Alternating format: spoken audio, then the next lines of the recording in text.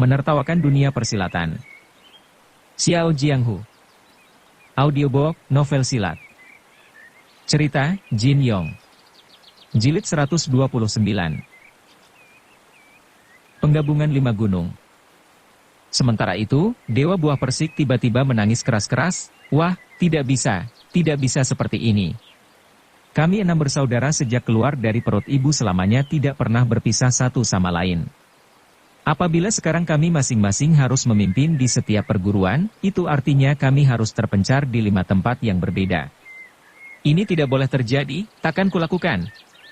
Tangisannya ini bukan pura-pura, seakan-akan kedudukan mereka di 5 gunung sebagai ketua sudah ditetapkan dengan pasti. Dewa Dahan Persik menanggapi, adik ke-6 jangan bersedih. Kita semua pasti takkan berpisah. Kau tidak tega berpisah dengan kakak-kakakmu ini juga tidak tega berpisah denganmu. Maka, jalan yang paling baik supaya kita tidak diangkat sebagai pemimpin ke-5 gunung yang terpisah-pisah jauh itu, terpaksa kita harus menyatakan menolak peleburan Serikat Pedang 5 Gunung. Dewa Akar Persik menyahut, benar. Biarkan Serikat Pedang 5 Gunung tetap seperti sekarang. Dewa Buah Persik menyambung, seandainya harus dilebur juga perlu menunggu sampai kelak di dalam Serikat Pedang 5 Gunung muncul seorang pahlawan sejati, seorang kesatria gagah yang lebih berwibawa daripada kita bernam, lebih sakti dari kita bernam, dan didukung banyak orang untuk memimpin perguruan 5 gunung. Dengan demikian barulah kita dapat menyetujui peleburan ini. Melihat ke-6 orang itu masih saja mengoceh kian kemari, Zuo Lengchan memutuskan untuk mengambil tindakan tegas dan tepat untuk mengatasi keadaan. Maka, ia pun segera berteriak, sesungguhnya ketua perguruan Henshan dijabat kalian 6 kesatria ataukah masih ada orang lain lagi? Apakah urusan perguruan Henshan telah dikuasakan kepada kalian? Dewa Ranting Persik menyahut, bisa saja kami 6 kesatria besar ini menjadi ketua perguruan Henshan. Tapi jika kami menjadi ketua Henshan, itu berarti kami harus sederajat dengan orang bermarga Zuo seperti dirimu ini. Untuk itu, hehe. Dewa Bunga Persik menanggapi, berdiri sama tinggi duduk sama rendah dengan dia sudah tentu akan sangat menurunkan derajat kami berenam. Sebab itulah jabatan ketua perguruan Henshan terpaksa kami serahkan kepada Tuan Muda Linghu. Sungguh tidak terlukiskan kemarahan Zuo Lengchan di dalam hati. Dengan nada dingin ia berkata kepada Linghu Chong, Ketua Linghu, sebagai ketua perguruan Henshan, kenapa kau tidak dapat menertibkan mereka dan membiarkan ke-6 pendekar ini mengoceh di depan para kesatria gagah yang hadir di sini? Bukankah hanya membuat malu saja? Linghu Chong menjawab, ke-6 bersaudara ini hanyalah orang-orang yang bersifat polos seperti anak kecil. Namun sesungguhnya mereka adalah manusia-manusia jujur yang tidak suka mengarang kata-kata dusta. Mereka hanya menguraikan kembali apa yang pernah diucapkan mendiang ketua kami, Biksuni Dingxian. Sudah tentu ucapan mereka jauh lebih dapat dipercaya daripada orang luar yang suka bicara omong kosong. Zuo Lengchan mendengus, jadi dalam hal peleburan Serikat Pedang 5 Gunung ini hanya perguruan Henshan kalian saja yang mempunyai pendirian berbeda? Linghu Chong mengangguk dan berkata, dalam hal ini perguruan Henshan tidak memiliki pendirian tersendiri. Tuan Yu ketua perguruan Huashan adalah guruku yang berbudi. Beliau orang pertama yang mengajarkan kepandaian padaku. Meski sekarang aku telah masuk perguruan lain, tapi tetap tidak berani melupakan ajaran-ajaran guruku di masa lampau. Jika demikian, kau masih tetap tunduk kepada apa yang dikatakan Tuan Yu dari perguruan Huashan? Zuo Lengchan menegas. Benar sekali, sahut Linghu Chong. Perguruan Huashan dan Henshan tetap bahu-membahu dan bergotong royong satu hati. Zuo Lengchan lantas berpaling ke arah rombongan perguruan Huashan dan berseru, Tuan Yu, Ketua Linghu ternyata tidak melupakan budi baikmu di masa lampau, sungguh aku ikut gembira dan mengucapkan selamat padamu. Dalam hal peleburan Serikat Pedang 5 Gunung ini apakah kau mendukung atau menentang? Yang jelas Ketua Linghu telah menyatakan akan mengikuti langkahmu. Lantas bagaimana dengan pendirianmu? Terima kasih atas pertanyaan Ketua Zuo, jawab Yu Bukun tenang. Mengenai urusan peleburan ini aku memang pernah mempertimbangkannya secara masak-masak. Tapi untuk mengambil suatu keputusan yang sempurna, sungguh tidaklah mudah. Seketika perhatian semua orang beralih ke arah Yu Bukun. Sebagian besar di antara mereka berpikir, perguruan Henshan sudah kehilangan wibawa, perguruan Taisan juga terpecah belah. Kalau sekarang perguruan Huashan dan Henshan bersatu, dan ditambah Hengshan yang menggabungkan diri dengan mereka, tentu akan sanggup menandingi kekuatan Songshan. Terdengar Yu Bukun berkata, perguruan Huashan kami memiliki sejarah lebih dari 200 tahun. Kami memiliki kenangan pahit pernah terpecah belah menjadi kelompok pedang dan kelompok tenaga dalam. Tentu banyak di antara saudara yang hadir saat ini masih ingat akan peristiwa menyedihkan itu.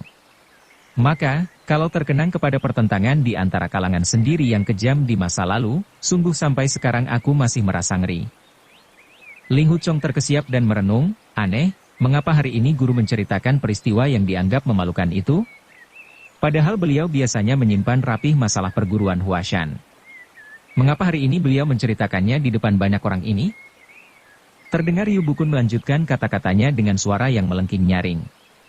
Ling Huchong berpikir sang guru tentu sudah berhasil mencapai tingkatan tertinggi dalam mempelajari ilmu awan lembayung. Suaranya terdengar berkumandang jauh mengalahkan gemuruh ribuan orang yang hadir di situ. Yu Bukun berkata, oleh karena itu, aku merasa di antara berbagai golongan dan aliran persilatan kita ini daripada terpecah belah adalah lebih baik jika tergabung menjadi satu. Selama beratus-ratus, bahkan beribu-ribu tahun entah sudah berapa banyak kaum persilatan yang menjadi korban saling bunuh-membunuh. Semua itu adalah karena perbedaan paham atau perselisihan antar golongan. Aku sering berpikir, apabila dalam dunia persilatan tiada perbedaan aliran dan perguruan, maka semua orang bagaikan satu keluarga besar saja. Satu sama lain laksana saudara sekandung, maka dapat dipastikan setiap perselisihan dan pertumpahan darah tentu dapat dikurangi sampai 90%. Jika demikian yang terjadi, tentu tidak akan ada lagi para kesatria yang mati muda. Para janda dan anak yatim tanpa tempat bersandar juga bisa dikurangi.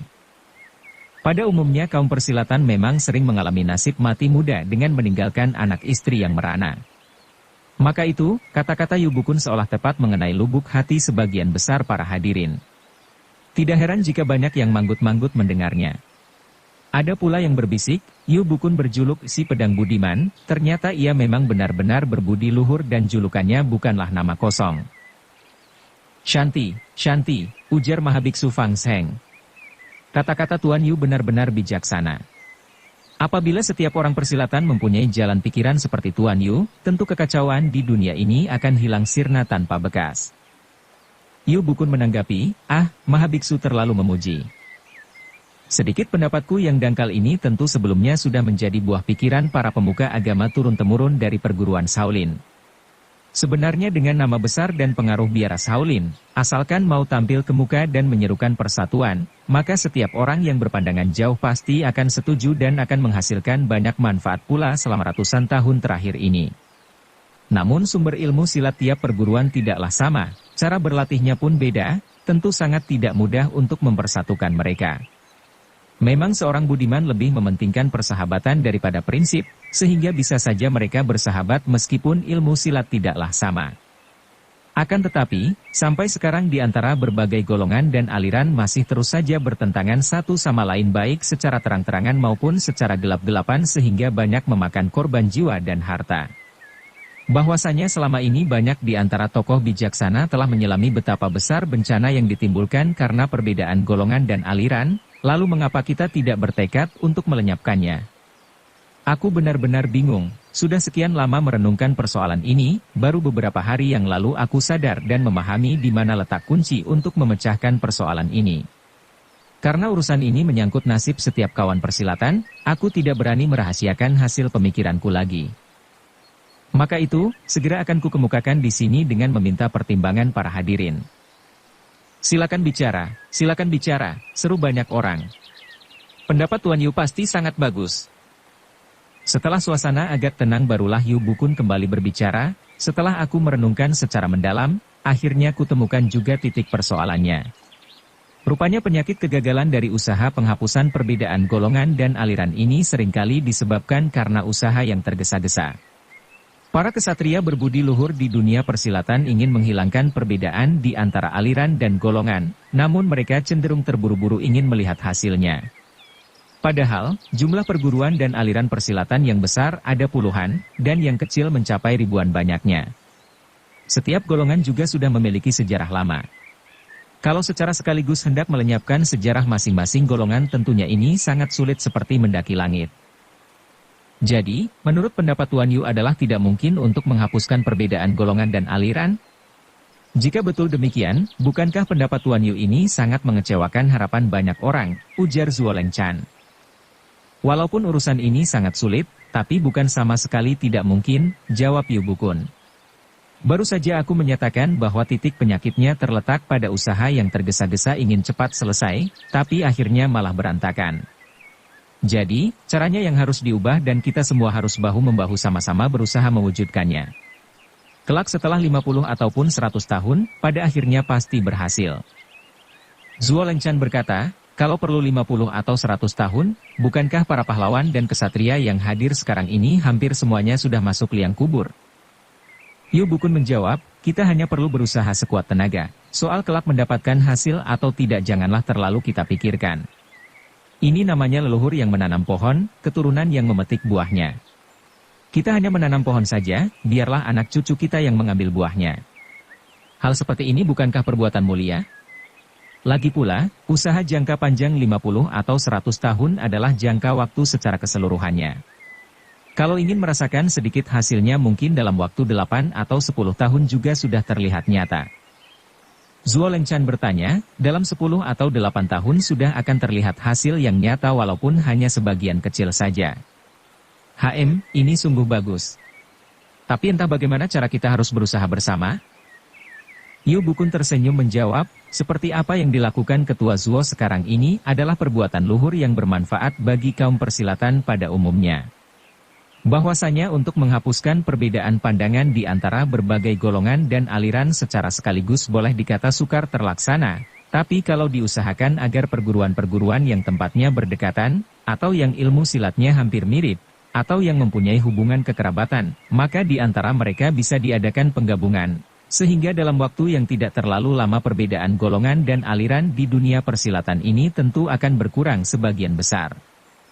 Seperti halnya peleburan di antara Serikat Pedang Lima Gunung kita menjadi Perguruan Lima Gunung adalah teladan yang nyata bagi golongan-golongan lain, dan ini akan menjadi peristiwa besar yang akan terus dibicarakan sepanjang masa. Pun sudah akan terlihat hasil yang nyata walaupun hanya sebagian kecil saja. Ini sungguh bagus. Ucapan terakhir Yu Bukun ini seketika membuat para hadirin gempar. Banyak dari mereka yang berteriak, oh, ternyata perguruan Huashan juga setuju Serikat Pedang Lima Gunung dilebur menjadi satu. Ling Huchong sangat terkejut mendengarnya. Ia berpikir, tak kusangka, ternyata guru juga menyetujui peleburan ini. Padahal aku terlanjur menyatakan hendak mengikuti langkah beliau. Apakah aku harus menarik kembali ucapanku tadi? Dengan perasaan cemas ia memandang ke arah Mahabiksu Fang Sheng dan Pendeta Chongsu. Dilihatnya kedua tokoh sepuh itu menggeleng kepadanya dengan wajah agak lesu. Zuo Lengchan sendiri sejak awal khawatir kalau Yu Bukun akan menolak peleburan ini.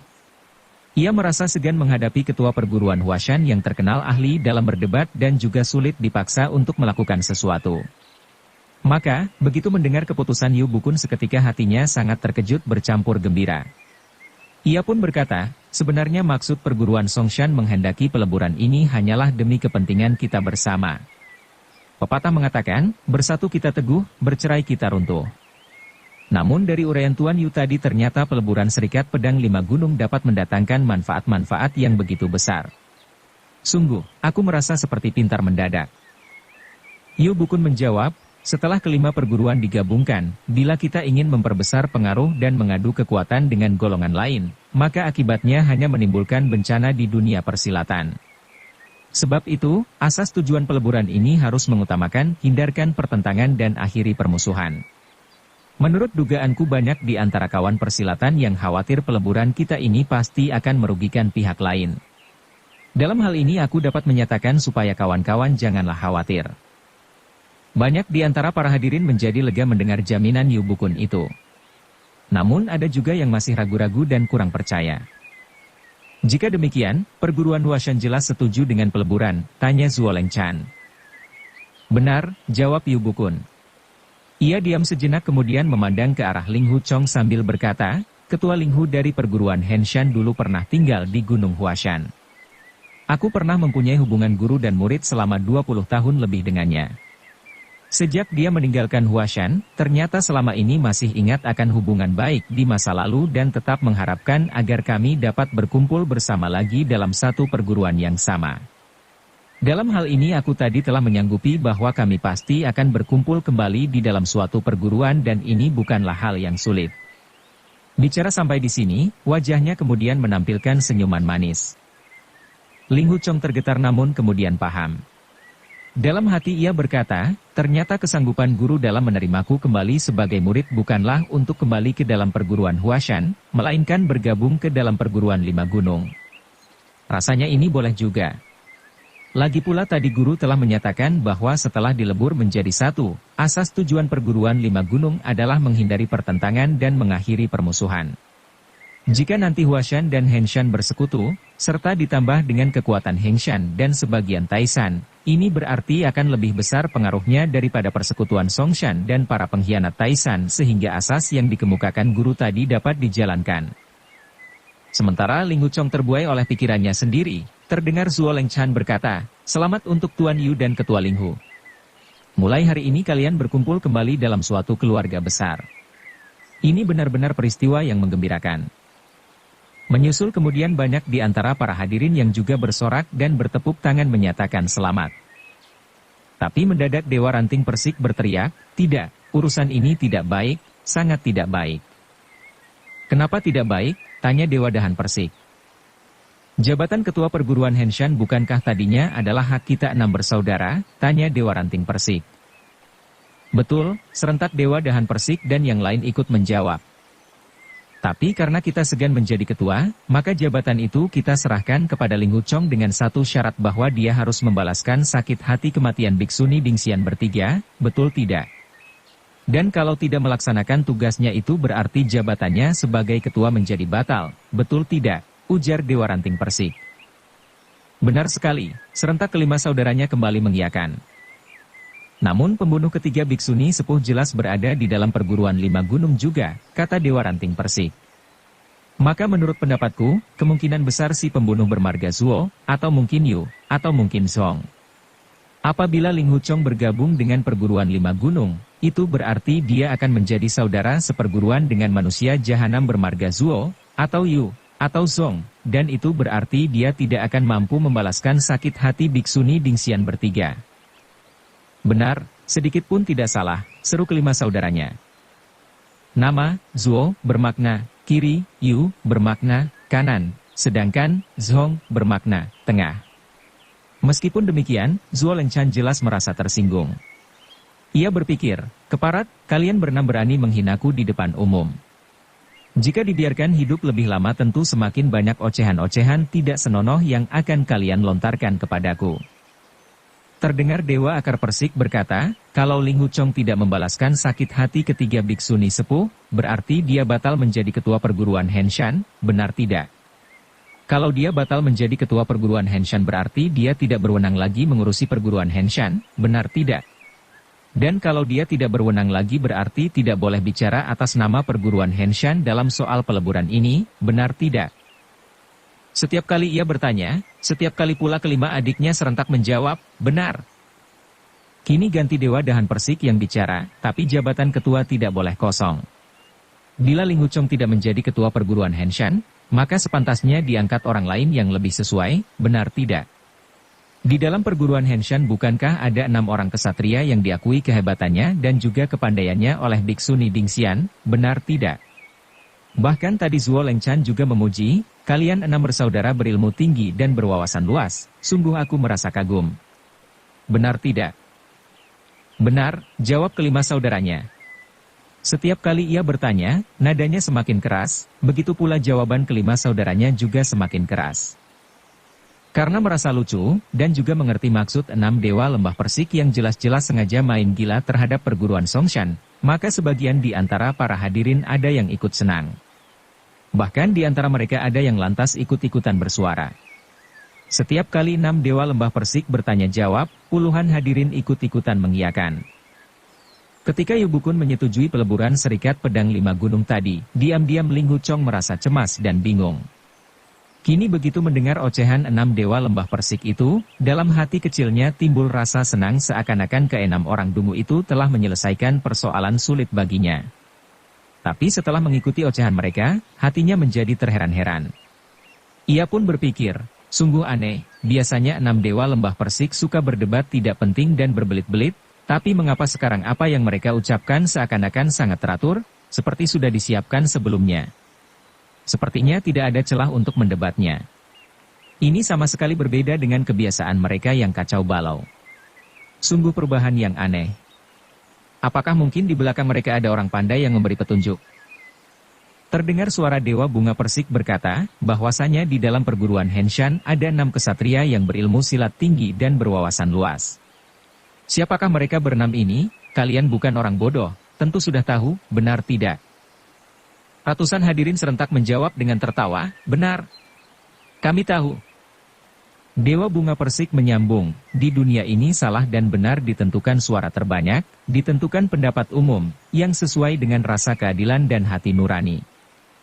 Benar, jawab para hadirin serentak. Siapakah keenam kesatria besar itu?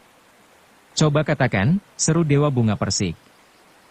Siapa lagi kalau bukan kalian, 6 dewa lembah persik?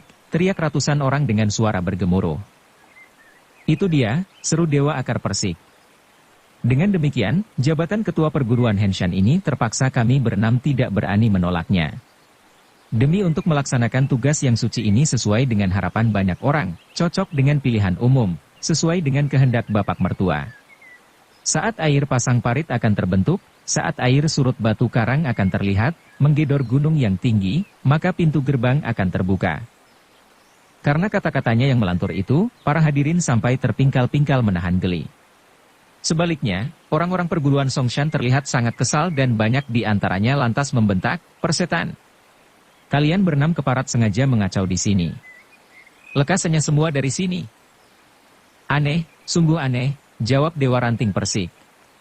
Kalian perguruan Songshan dengan segala daya upaya berusaha hendak melebur serikat pedang 5 gunung menjadi satu. Sekarang kami para kesatria Henshan telah sudi berkunjung ke Gunung Songshan ini, tapi kalian malah mengusir kami untuk pergi. Bila kami 6 kesatria besar ini angkat kaki dari sini, segera para kesatria kecil, para pahlawan betina perguruan Henshan yang lain juga akan ikut pergi dari sini. Lantas, peleburan serikat pedang 5 gunung akan macet di tengah jalan, akan mati dalam kandungan, dan keguguran pula. Baiklah kalau begitu. Kawan-kawan perguruan Henshan sekalian, karena kita sudah tidak diperlukan lagi, marilah kita pergi saja dari sini. Biarkan mereka mengadakan peleburan 4 perguruan saja. Kalau Zuo Lengchan ingin menjadi ketua perguruan 4 gunung, ya biarkan saja. Perguruan Henshan kita tidak sudi ikut campur. Pada dasarnya Yihe, Yiking, dan yang lain sudah teramat benci kepada Zuo Lengchan. Maka begitu mendengar ajakan Dewa Ranting Persik itu, serentak mereka mengiyakan dan berseru, benar, mari kita pergi saja dari sini. Begitu mendengar ini, Zuo Lengchan menjadi kelabakan. Ia berpikir, kalau perguruan Henshan pergi, berarti perguruan 5 gunung akan tinggal perguruan 4 gunung saja. Padahal sejak dahulu di dunia ini yang dikenal adalah serikat pedang 5 gunung, bukan serikat pedang 4 gunung. Jika hanya 4 perguruan yang bergabung dan aku menjadi ketua, rasanya juga tidak gemilang, malah akan ditertawakan dunia persilatan.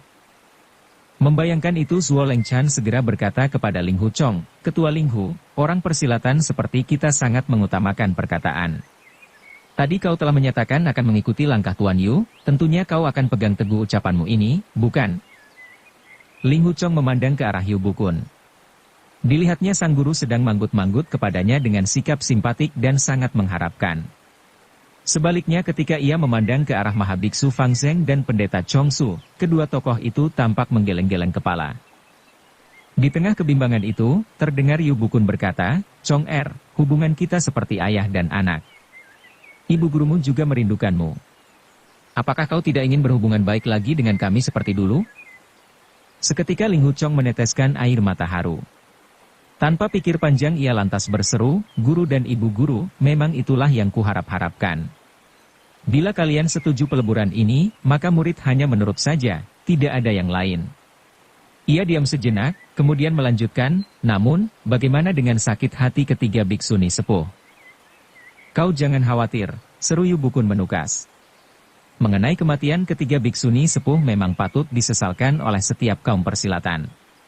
Selanjutnya, sesudah kelima perguruan kita bergabung, maka urusan perguruan Henshan sudah tentu menjadi urusanku juga. Tugas utama kita sekarang tidak lain adalah mencari tahu siapa pembunuh ketiga biksuni sepuh, lalu dengan tenaga gabungan kelima perguruan kita, serta meminta bantuan kawan-kawan persilatan yang hadir saat ini. Biarpun si pembunuh memiliki kepandaian setinggi langit juga akan kita cincang sampai hancur lebur. Chong Er, kukatakan lagi janganlah kau khawatir. Sekalipun pembunuhnya adalah tokoh penting dalam perguruan lima gunung juga takkan kita ampuni. Kata-kata Yu Bukun itu diucapkan dengan gagah dan tegas. Serentak murid-murid perguruan Henshan pun bersorak memuji. Yihe lantas berseru, ucapan Tuan Yu memang benar. Bila kau dapat tampil ke muka untuk membalaskan sakit hati ketiga biksuni sepuh kami, maka segenap keluarga perguruan Henshan akan sangat berhutang budi.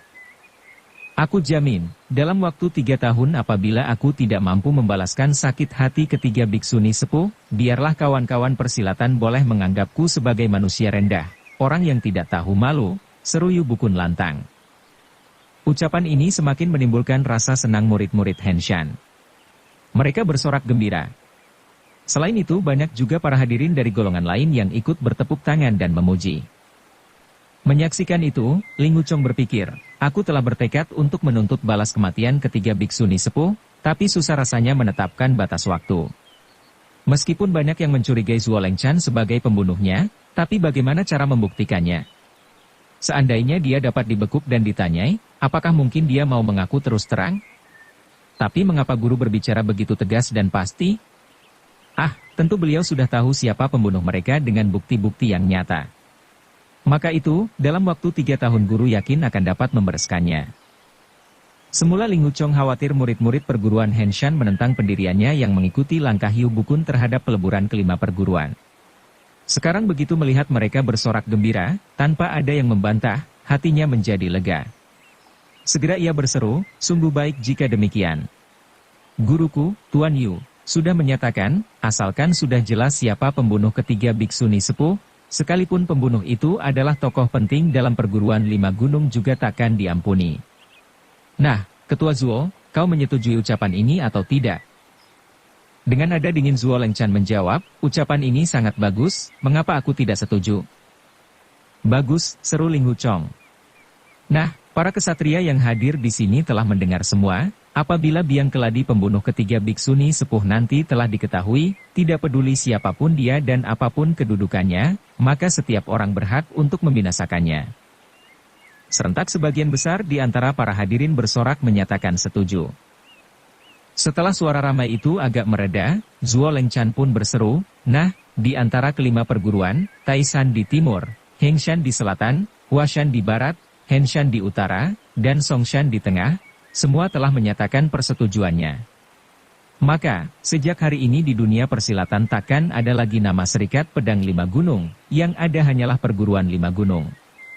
Dengan demikian, segenap anggota kelima perguruan kita dengan sendirinya juga menjadi murid atau anggota perguruan lima gunung. Usai berkata, ketika ia mengangkat sebelah tangan, serentak terdengar suara riuh gemuruh petasan bergema di angkasa pegunungan Songshan sebagai tanda merayakan berdirinya perguruan lima gunung secara resmi. Para hadirin saling pandang dengan tersenyum. Mereka berpikir, Zuo Lengchan telah merencanakan ini semua dengan seksama. Mau atau tidak mau, Serikat Pedang Lima Gunung harus tetap dilebur entah bagaimanapun caranya. Andai saja ada yang menentangnya, sudah tentu akan terjadi banjir darah di puncak Songshan ini. Begitulah, puncak gunung yang biasanya sunyi itu seketika penuh dengan remukan kertas bertebaran. Asap tampak mengepul memenuhi udara, serta suara petasan yang makin lama makin riuh sehingga bicara berhadapan pun tidak lagi terdengar. Selang agak lama barulah suara petasan mulai mereda. Lalu di antara para hadirin ada yang menghampiri Zuo Lengchan untuk mengucapkan selamat. Tampaknya orang-orang ini adalah undangan atau sekutu perguruan Songshan sendiri. Karena melihat peleburan Serikat Pedang Lima Gunung telah berjalan lancar, pengaruh Zuo Lengchan juga bertambah besar, maka mereka pun mendahului memberikan sanjung puji kepada sang tuan rumah. Tidak henti-hentinya Zuo Lengchan mengucapkan kata-kata rendah hati, namun tidak urung wajahnya yang dingin kaku seperti es itu menampilkan senyum kepuasan. Tiba-tiba terdengar Dewa Akar Persik berseru, karena peleburan Serikat Pedang Lima Gunung menjadi perguruan Lima Gunung sudah terjadi, maka kami, 6 Dewa Lembah Persik, terpaksa ikut mendukungnya. Ini namanya orang bijaksana tahu kemana angin bertiup. Zuo Lengchan berpikir, sejak keenam keparat ini datang ke sini, hanya kata-kata inilah yang pantas didengar. Sementara itu Dewa Dahan Persik juga berseru, pada umumnya setiap perguruan tentu memiliki seorang ketua. Lalu ketua perguruan Lima Gunung ini harus dipegang siapa? Kalau para hadirin sepakat mengangkat kami 6 Dewa Lembah Persik sebagai ketua, terpaksa kami pun harus menerimanya. Menurut kata-kata Tuan Yu tadi bahwa penggabungan ini adalah demi kepentingan dunia persilatan umumnya dan tidak untuk keuntungan pribadi, seru Dewa Ranting Persik pula. Jika demikian halnya, maka tugas seorang ketua sungguh sangat berat. Namun apa hendak dikata, mau tidak mau kami 6 bersaudara harus bekerja sekuat tenaga. Memang benar. Karena para hadirin begini simpatik kepada kami, mana boleh kami tidak bekerja mati-matian demi kawan-kawan persilatan pada umumnya, sambung Dewa Daun Persik sambil menghela napas panjang. Keenam bersaudara ini bercakap-cakap sendiri seakan-akan mereka benar-benar telah diangkat sebagai ketua oleh pilihan banyak orang. Seorang tinggi besar berbaju kuning dari perguruan Songshan berteriak gemas, "Hei, siapa pula yang hendak mengangkat kalian menjadi ketua perguruan Lima Gunung? Seperti orang gila, tidak tahu malu?" Orang ini tidak lain adalah Ding Nian si tapak penahan menara, adik seperguruan Zuo Lengchan nomor 2. Serentak orang-orang Songshan lainnya juga ikut memaki, "Persetan! Omong kosong melulu. Kalau bukan hari ini hari yang baik, jangan harap kalian dapat turun dari sini dengan kaki utuh." Ding Nian kemudian berseru kepada Ling Hu Chong, "Ketua Ling Hu, keenam orang tolol ini mengacau terus dari tadi. Kenapa kau diam saja?" Mendengar itu Dewa Bunga Persik langsung menyahut, "Kenapa kau panggil Ling Hu Chong sebagai ketua Ling Hu? Jadi, kau mengakui dia sebagai ketua perguruan Lima Gunung? Bukankah tadi Zuo Lengchan sudah menyatakan bahwa Songshan, Taishan, Henshan, Hengshan, dan Huashan sudah dihapus dari dunia persilatan? Maka, dengan sendirinya istilah ketua yang kau sebut tadi tentu dimaksudkan untuk ketua perguruan Lima Gunung." Dewa Buah Persik menyambung, "Meskipun kami lebih unggul setingkat dibandingkan Ling Hu Chong, tapi jika dia yang menjabat sebagai ketua perguruan Lima Gunung rasanya boleh juga. Kalau memang yang lebih baik seperti kami tidak kalian terima sebagai ketua, terpaksa yang lebih rendah juga boleh."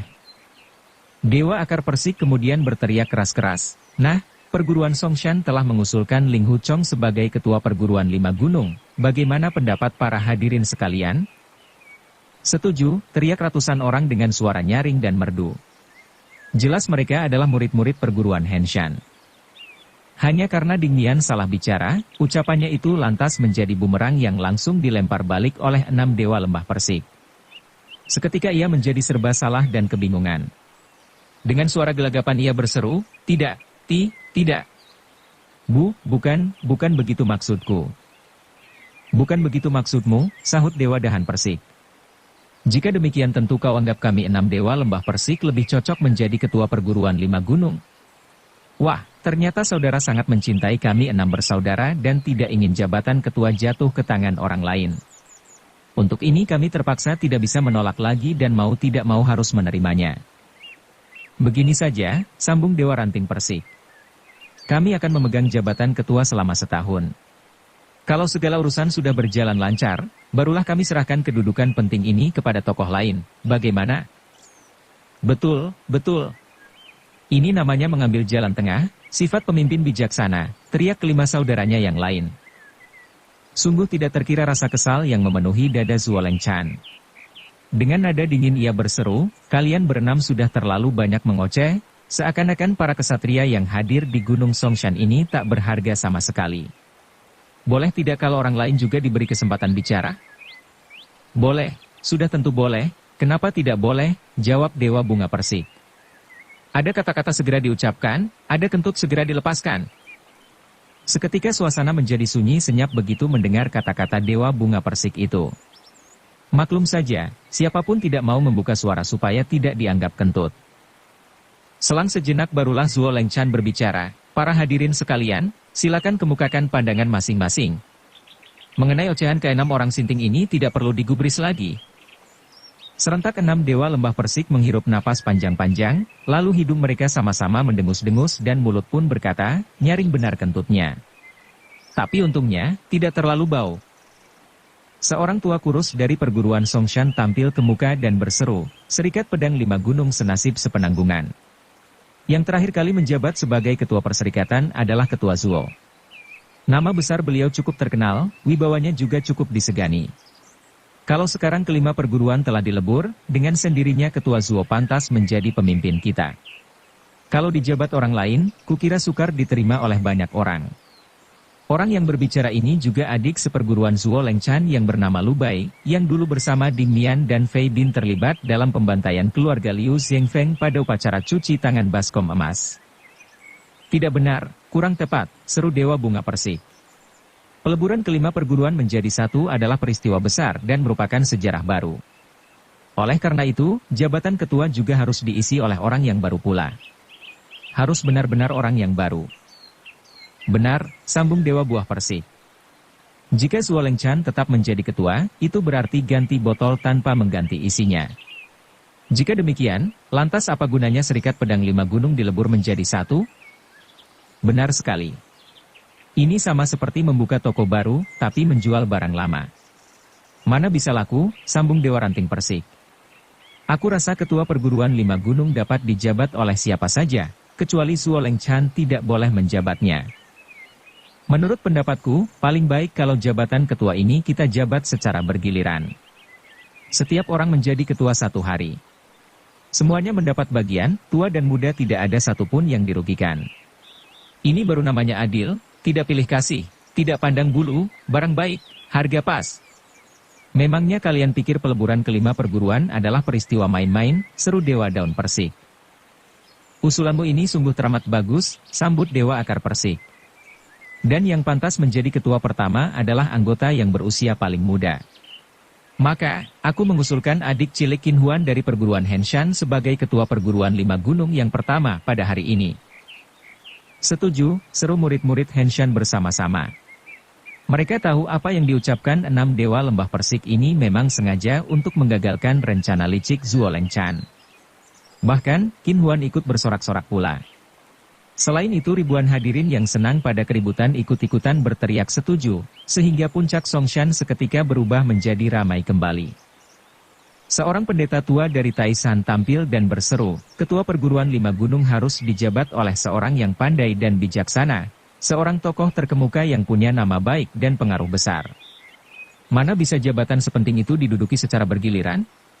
Sungguh pikiran kalian ini seperti anak kecil.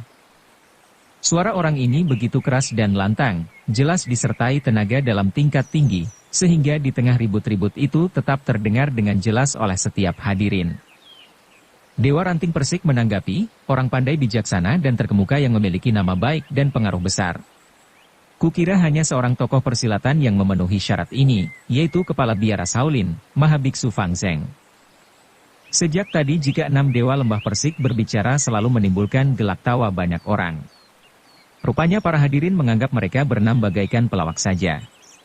Tapi, begitu Dewa Ranting Persik menyebut nama Mahabiksu Fang Zheng, seketika suasana menjadi sunyi senyap, setiap orang tidak berani bersuara. Maklum saja, Mahabiksu Fang Zheng adalah tokoh yang dihormati dan disegani oleh setiap kaum persilatan.